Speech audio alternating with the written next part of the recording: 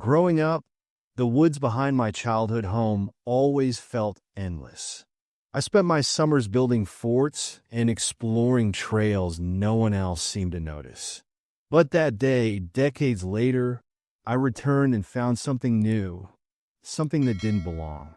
An old, rusted chain link fence stretched through the trees, a no trespassing sign zip-tied to it. The sign was clean, like it had been hung yesterday, but the fence sagged and buckled in places. Curiosity buzzed in my chest as I found a narrow gap and slipped through, expecting nothing more than forgotten land. Instead, I stumbled into a clearing. Metal poles, about 6 feet tall, stood in precise rows across the clearing. On top of each pole were cameras, sleek, black devices swiveling slowly as if searching. The entire setup looked too modern, too deliberate for an empty forest. I crouched near a tree, trying to make sense of it, when voices broke the silence. 2 men emerged from the opposite side of the clearing, dressed in dark uniforms. Their movements were sharp and professional, and they carried what looked like handheld scanners. I couldn't make out everything they said, but I caught one sentence clear as day. The perimeter was breached. We need to shut it down before they see more. The blood drained from my face. They were talking about me. I ducked behind a bush, barely breathing, as the men approached the cameras. One of them tapped at a control panel on one of the poles, while the other scanned the area with something that pulsed faintly red. I held my breath, my heart pounding so loud I was sure they'd hear it. A soft beep cut through the air. My head jerked up, and I froze. One of the cameras had swiveled toward my hiding spot, its red light blinking steadily. "There!" one of the men shouted. The other turned sharply, pointing his scanner in my direction. "Get them!" I bolted. Branches snapped beneath my feet as I sprinted through the woods, my lungs burning with every breath. I could hear them crashing through the brush behind me, their shouts growing closer. The fence, I just had to get back to the fence. When I finally saw it through the trees, I pushed harder, running faster than I thought possible. But as I reached the spot where I'd slipped through earlier, I skidded to a halt. The gap was gone. The fence was intact. No holes, no breaks. Just an unbroken wall of rusted metal stretching into the dark. I yanked at it desperately, my fingers catching on the wire, but it wouldn't budge. The voices were getting closer. I turned back and saw their flashlights bobbing through the trees, beams of light cutting through the shadows. One of the men called out, "They always think they can leave." I didn't wait to see what he meant. I ran again, deeper into the woods, though I knew it was pointless. The trees felt endless, stretching farther than they should, like I'd stepped into a place I wasn't supposed to find. And somehow I know I'll never find my way out. The cameras are still watching. It had snowed the night before, a heavy, silent blanket that transformed my neighborhood into a perfect white canvas. I hadn't planned to leave the house, so when I stepped onto my porch that morning, I was startled to see a set of footprints leading straight to my front door. They were fresh, deep, and deliberate. The problem was, I hadn't left the house all day, and no one had visited. The snow around the footprints was untouched, as though someone had appeared out of thin air. Confused, I stood staring at the path.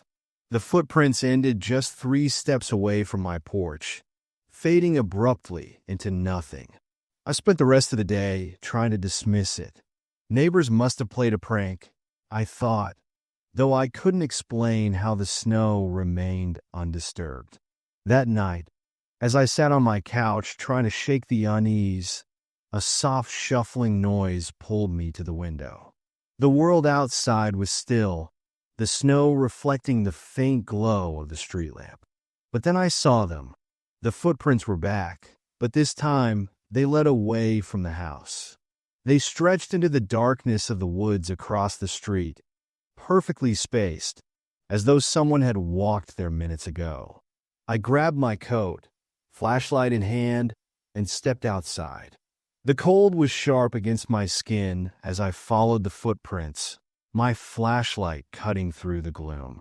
They wound through the untouched snow, leading me into the woods where the trees pressed close, casting jagged shadows.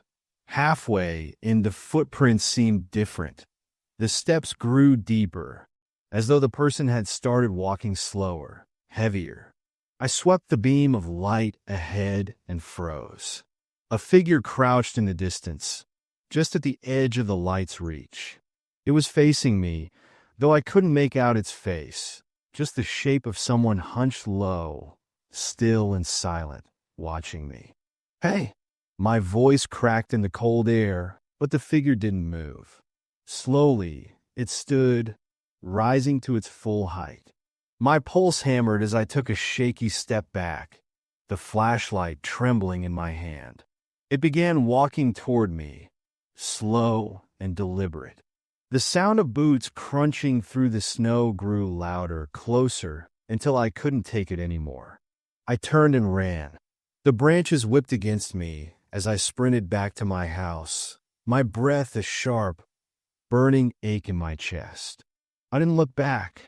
I slammed the door behind me, locking it as I collapsed against the wall, panting. For a while, there was silence. I dared to peek through the window, my flashlight still clutched in my shaking hand. The woods were empty, the snow untouched except for the footprints. But something was wrong.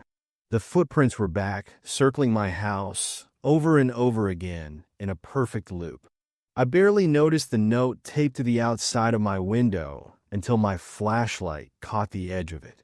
Scrawled in uneven letters were the words, "Don't follow me next time." I'd been driving for hours, the stretch of highway stretching on like it never wanted to end. It was past midnight when I saw the glowing lights of a small gas station in the distance. My fuel gauge was flirting with empty, so I pulled in, relieved to finally stop. The place looked worn down, the kind of station that seemed forgotten long ago. The attendant stepped out of the booth as I parked. He was thin, his uniform a little too big, and his smile twitched unnaturally at the corners. "Fill it up?" he asked. His voice was polite, but his eyes kept darting past me toward the road. "Yeah, thanks," I replied, stretching my legs. As he pumped the gas, he kept glancing over his shoulder, and then at me, like he wanted to say something. When I handed him my card to pay, he slipped a folded receipt into my hand and leaned in close. "Take the back road," he whispered, his voice barely audible. "Trust me." I didn't know how to respond. "What?" "The highway's no good tonight," he said, his smile returning as if he hadn't said anything strange. "Take the back road." I nodded hesitantly and got back into my car, tucking the crumpled receipt into the cup holder. I ignored his warning and stayed on the highway. Maybe he was just trying to mess with me, or maybe he was nuts. I wasn't going to take advice from a twitchy stranger. 10 miles later, I hit a roadblock. Flashing lights lit up the darkness ahead, and 2 uniformed officers waved me to a stop. I rolled down my window, my throat dry. "Sorry, sir," one of them said. "You'll need to turn around. Situation up ahead." "What kind of situation?" I asked, but the officer's face was stony. "Turn around," he repeated, stepping back toward his cruiser. Grumbling, I turned off the highway and found the road the attendant had mentioned. The back road was narrow and winding, cutting through a dense patch of trees. My headlights barely penetrated the dark, and I couldn't shake the feeling that I was being watched. That's when I saw it. A black SUV half hidden in a ditch, its headlights still on. I slowed down, trying to see if anyone was inside, but the vehicle was empty. A dark trail led from the driver's side door into the woods, barely visible against the snow-covered ground. I sat frozen, staring at the woods when I heard it. Heavy breathing, faint but unmistakable, just outside my window. I whipped around, my pulse spiking, but no one was there. My headlights flared brighter, and standing in the middle of the road was the gas station attendant. He waved at me, his face blank, but his presence felt wrong, like he was the last person I should see out here. I rolled the window down an inch. "How did you get here?" He stepped closer, placing his hand lightly on my doorframe. "I told you to trust me," he said, his voice calm, almost smug. "You're lucky you listened." I didn't ask what he meant. I didn't want to know. I hit the gas and sped away, not stopping until I reached the next town. When I finally parked and checked the folded receipt in my cup holder, I saw something scrawled on the back in shaky pen. "Stay off the highway." I never found out what happened that night, but sometimes I hear about strange accidents on that stretch of road. And I wonder, what if I hadn't turned around? What did I almost drive into? It started with a simple question. I've been researching my family history and stopped by the Old Town Library for help. The place was nearly empty, its silence thick and heavy. When I asked the librarian about historical records, she didn't look up from her desk. Instead, she slid a small, tarnished key across to me. "Basement archives," she said quietly, her voice flat. "Take the stairs in the back. Be quick." The way she said it made me pause, but I thanked her and walked to the rear of the building. A narrow, creaking door led to a staircase, the kind that seemed to pull you in. I hesitated at the top, staring down into the dark. The air smelled stale, like old paper and mildew. The basement was far larger than I expected, stretching into shadows my flashlight couldn't quite pierce. Filing cabinets lined the walls, their labels worn and faded. Rows of old newspapers sat in stacks that looked untouched for decades. It was a labyrinth, cold and forgotten. I scanned the cabinets until one caught my eye. It was different, newer, cleaner, and on its label was my last name. I swallowed hard. It didn't make sense, but I unlocked it and pulled open the drawer. Inside were folders with my name on them. The first folder contained addresses I'd lived at over the years, some I'd forgotten myself. The next held medical records, x-rays, doctor's notes, down to the smallest details. Then, the worst part, photographs. Pictures of me at every stage of life, taken from afar. My graduation, vacations, even one of me sitting in my kitchen last week, sipping coffee. I slammed the drawer shut, my hands trembling. A creak sounded from the stairs. Slowly, I turned my head toward the door. The librarian stood at the top of the stairs, her silhouette framed against the faint light of the library above. Her hand rested lightly on the doorknob, and her gaze locked on me with an intensity one couldn't place. "Some records are better left untouched," she said, her voice calm but firm. Before I could respond, she pulled the door shut. The metallic clink of a lock echoed through the basement. I rushed to the stairs, pounding on the door, shouting for her to let me out. My voice bounced back at me, hollow and useless. I turned, scanning the basement for another way out, but the only exit was a single air vent too small to fit through. My flashlight flickered. I checked the cabinet again, but it was empty. The folders, the photographs gone, like they had never been there. My chest tightened. My mind raced. Had I imagined it all? Hours passed. At least it felt like hours, before I heard the door unlock. I staggered up the stairs and into the library's pale fluorescent light.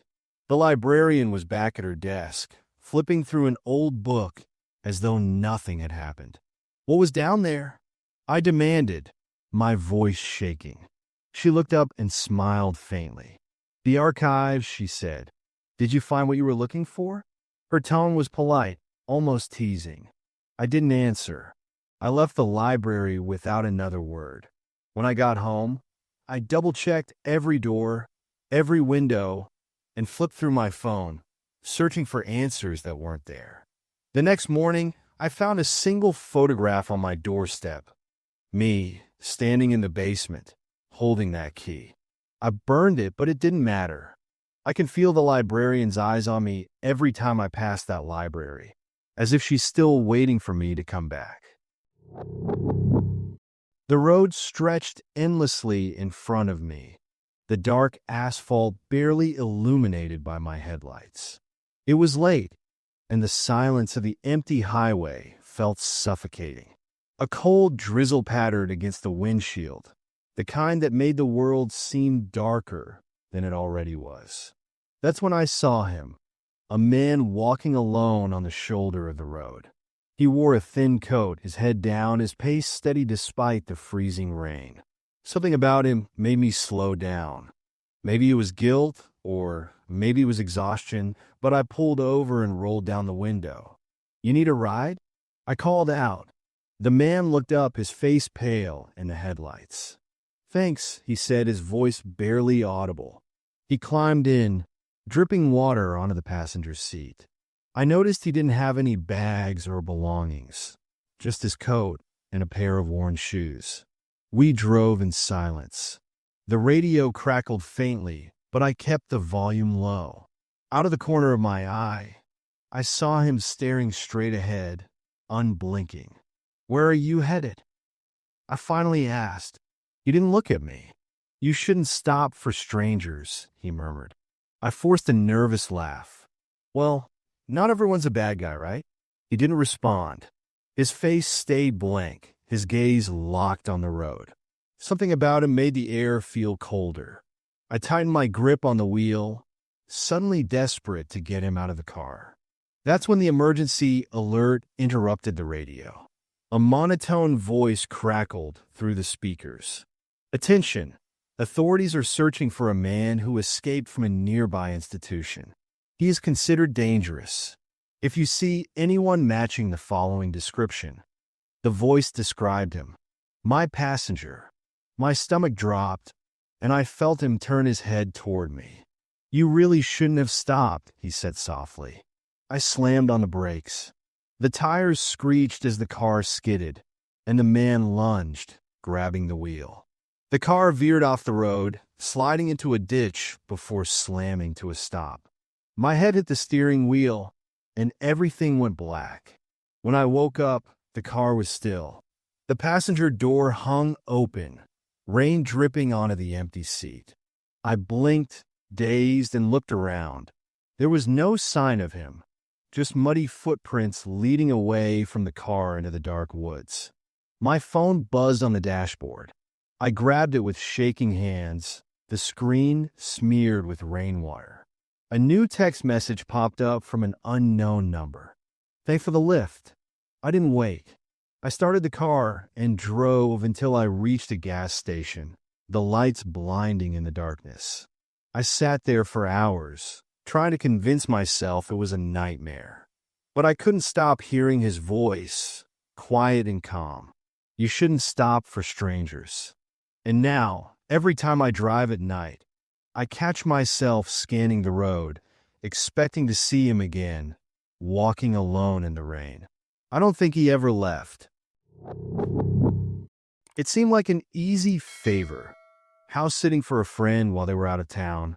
The house was small, tucked away at the edge of the neighborhood, surrounded by tall trees that blocked most of the light.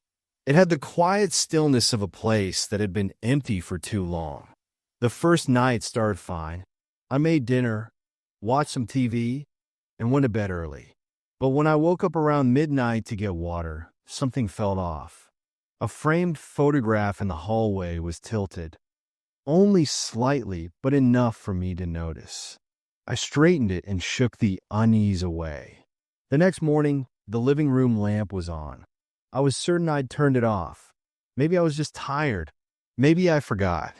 That night, I heard a faint creaking sound coming from downstairs. I lay in bed, frozen, listening as it stopped, started again, and then fell silent. My heart thudded in my chest, but I convinced myself it was the house settling. Old houses make noise, right? The third night, I couldn't ignore it anymore. The noises grew louder. footsteps, muffled and deliberate, moving through the hallway. When I got up to check, every light I'd turned off earlier was back on. My skin prickled, and I scanned the rooms, feeling like I wasn't alone. That's when I found the door. It was a small crawl space under the stairs, the kind of door that doesn't belong in a house like this. Dust had gathered around it, but the latch was clean, as if someone had been using it. I hesitated, then pulled it open. The space was cramped and musty, with cobwebs hanging in thick layers.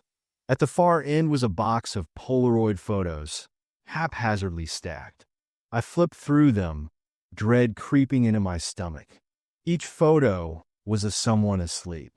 Different people, different rooms, but all taken from the foot of their beds. Then I froze. The last photo was of me, curled up in the bed upstairs, the shot perfectly centered, taken just hours before. A soft click echoed from behind me. I spun around, my flashlight trembling. In the shadows stood a man, half hidden by the crawlspace entrance, holding a camera. "You weren't supposed to see that," he said, his voice low and even. The flash on his camera blinked once, then again. He took a step closer, raising the lens. I didn't think. I lunged at him, slamming the door shut and shoving a chair under the handle. His footsteps pounded against the wood as I sprinted upstairs, my mind blank with panic. I grabbed my phone and called the police, but I could still hear him, shouting from behind the crawlspace door. When the officers arrived, the house was empty. No man, no crawlspace, and no box of photos. They looked at me like I was losing my mind, but I know what I saw. Before I left, I spotted something new on the kitchen table. A single Polaroid, still warm, showing me huddled on the phone, calling for help. I don't know where he went or how he disappeared, but I haven't slept in a dark room since. Sometimes I wake up and swear I hear the faint click of a camera in the shadows. The motel was the kind of place you pick out of desperation. Cheap, dimly lit, and with an unsettling stillness that hangs in the air. I'd been on the road for hours and needed sleep, so I didn't care. The clerk was half asleep when I arrived, shuffling through keys on the wall before handing me one. "Room 306, he mumbled, barely looking up. I grabbed my bag and headed down the narrow hallway. But when I reached my room, the key read 308. I sighed, figuring it was a simple mistake. The door to 308 clicked open easily, and I stepped inside. The room was lived in. Clothes were strewn across the bed.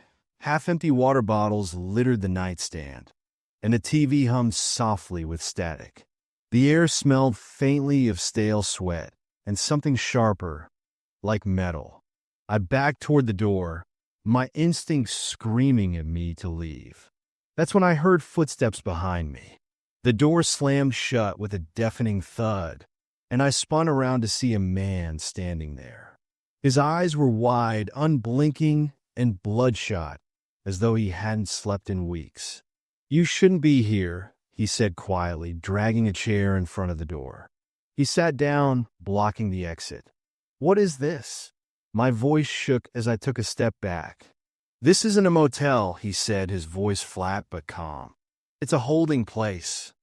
"A holding place for what?" "For people like me," he replied, his gaze fixed on me now. "People who know too much."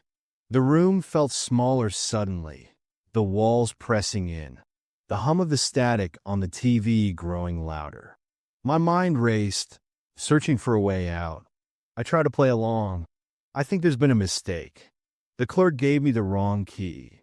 He tilted his head, his lips twitching into something like a smile. "You think you're the first?" I lunged for the chair, trying to shove it aside, but he stood before I could get past. "Don't do that," he muttered. "It makes things worse." "What do you want?" I demanded, my voice cracking. He didn't answer. Instead, he reached into his pocket and handed me a small, folded slip of paper. "When you leave, take this. Don't come back. I didn't hesitate this time. I grabbed the paper and shoved the chair aside, sprinting out of the room and down the hallway. The clerk was gone. The front desk was empty. I didn't stop running until I reached my car. As I sat shaking in the driver's seat, I opened the slip of paper he'd given me. It was blank, except for a single word scrawled in the middle. Lucky. When I turned to look back at the motel, room 308's window was dark. The door was ajar, but the room beyond it was empty. No clothes, no bottles, no man. At the front desk, I spotted a note taped to the counter. No room 308. I drove away and never looked back. But sometimes in quiet hotels or small motels, I still check the keys they give me. Because I know there's always someone waiting behind the wrong door. My friend Jason had heard about a hidden trail deep in the woods, a place supposedly untouched, where the trees grew thick and the quiet felt ancient. I wasn't thrilled, but Jason's enthusiasm was infectious. We packed light, with just water, flashlights, and some snacks, and set out as the afternoon sun dipped toward the horizon. The deeper we went, the quieter the forest became. The usual sounds of birds and rustling leaves faded until it felt like we were walking through a vacuum. Then we heard it, soft and distant at first. Bells. Faint metallic chimes carried on the wind. Jason grinned. Must be a shrine or something. Let's check it out. I hesitated. Something about the sound felt wrong. It was too rhythmic, too deliberate. But Jason was already moving ahead, his excitement overriding caution. I followed, the bells growing louder with each step. We finally emerged into a clearing, and I froze. Bells, dozens of them, hung from the trees, small and silver, tied with red strings. They were everywhere, swaying gently even though there was no breeze. The clearing was eerily silent except for the faint ringing, which sounded clearer now, almost like it was coming from inside my head. Jason picked up one of the bells, holding it between his fingers. "This is kind of cool," he muttered. The moment he touched it, the sound stopped. All of it. The silence that followed was unbearable, like the entire forest was holding its breath. I turned to Jason. "Put it down. Now." He frowned, but before he could argue, I saw them. Shadows moving between the trees at the edge of the clearing. They were tall and thin, their outlines warped as if they were just slightly wrong, like figures in a smudged photograph. "Jason," I whispered, my voice barely audible. He looked up and his face paled. The figures were stepping closer now, slow and deliberate. There were no footsteps, no sounds at all, just the ringing in my ears, faint and constant. "Run," I hissed. We bolted. I don't remember how long we ran, but the forest felt endless, the trail twisting in on itself. I could still hear the bells ringing faintly behind us, growing louder no matter how far we went.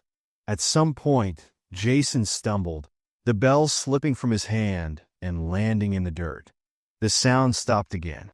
The forest fell silent, and for a moment we both stood there panting, listening.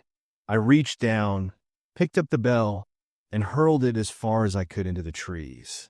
Then we ran again, this time without stopping. We didn't speak until we stumbled back onto the main trail. The forest felt normal again. Birds chirped, the wind rustled the leaves, and the sun had almost set. Jason looked at me, his face pale and sweaty. "We're never talking about this." I nodded, still shaking. That night, as I unpacked my bag, my heart sank. At the bottom of my backpack, tied neatly with a red string, was one of the bells. It rang softly as I pulled it out, the sound clear and crisp. No matter how far I throw it away, it always comes back. And every time it rings, I swear the shadows move closer. It was the kind of shop you don't notice until you're standing in front of it. A narrow building squeezed between larger ones, its windows dusty and uninviting. I was killing time, wandering aimlessly through downtown when I spotted the faded sign, Rare and Bargain Books. The door creaked when I pushed it open, the sound swallowed by the thick, stale air inside. Books were everywhere, stacked haphazardly in towers that seemed ready to topple. The shop smelled of paper and dust, but there was something else beneath it, a metallic sharpness that made the back of my throat itch. At the counter stood a man, thin, tall, and silent. His pale hands smoothed the cover of an old book as if it were a fragile thing. "You'll want this one," he said, holding up a thin volume I hadn't noticed before. The cover was plain, the edges worn smooth. I stared at it. "What's it about?" "It's yours," he replied, sliding it across the counter without waiting for payment. The binding felt oddly warm in my hands. I left without argument, eager to get back outside, but when I opened the book in a coffee shop a few blocks away, I froze. The pages weren't stories or poems. They were my life. Paragraphs describing my morning word for word. My name. My thoughts. I flipped ahead in disbelief and found entries predicting events that hadn't happened yet. She flips to the last page and sees her own words appear. I slammed the book shut, my hands shaking. This had to be some elaborate prank. That's when the text on the cover caught my eye. Faint letters, barely visible under the worn leather. The final chapter. My chest tightened as I turned to the last page. At first, it was blank, but as I stared, words began appearing as if written by an unseen hand. "The customer refuses to leave." I looked up, my pulse spiking. The shopkeeper stood just outside the coffee shop window, staring in. He didn't move, didn't blink, his face blank and expectant. I grabbed my things and bolted for the back exit, the book clutched in my hands like a cursed object. When I reached my car, I threw the book into the passenger seat and sped off, my heart pounding. But no matter how many turns I took, I ended up back in front of the bookstore. The lights were on now, and the man was waiting at the door, holding another copy of the same book. I didn't get out.